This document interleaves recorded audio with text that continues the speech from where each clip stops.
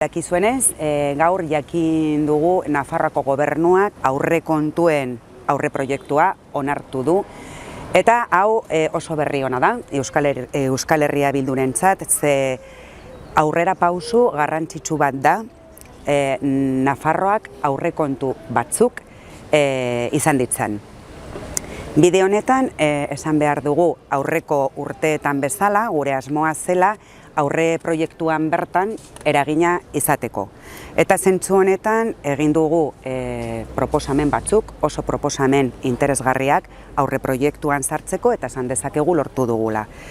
Ze arlotan, beti bezala lehentasunezko gaietan egin ditugu gure proposamenak, batez ere etxebizitzan, hezkuntzan, hizkuntz politiketan, gizarte eskubidetan, trantsizio ekologikoan eta zaintza eremuan.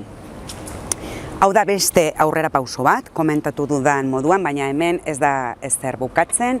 Euskal Herria Bildutik lan egiten jarraituko dugu, jendearen kezkak gureak direlako eta zentzu honetan gure proposamenak egiten jarraituko dugu, eta esan bezala gobernuarekin negoziatzen jarraituko dugu, ze erdietsi nahi dugu akordio on bat, aurrekontu batzuk onak izango direnak, jendearen beharrei eta Nafarron kezkei erantzuna emango dietenak. Hori da gure helburua eta bide batez, bide horretan jarraitzeko gure prestutasun osoa berretsi nahi dugu.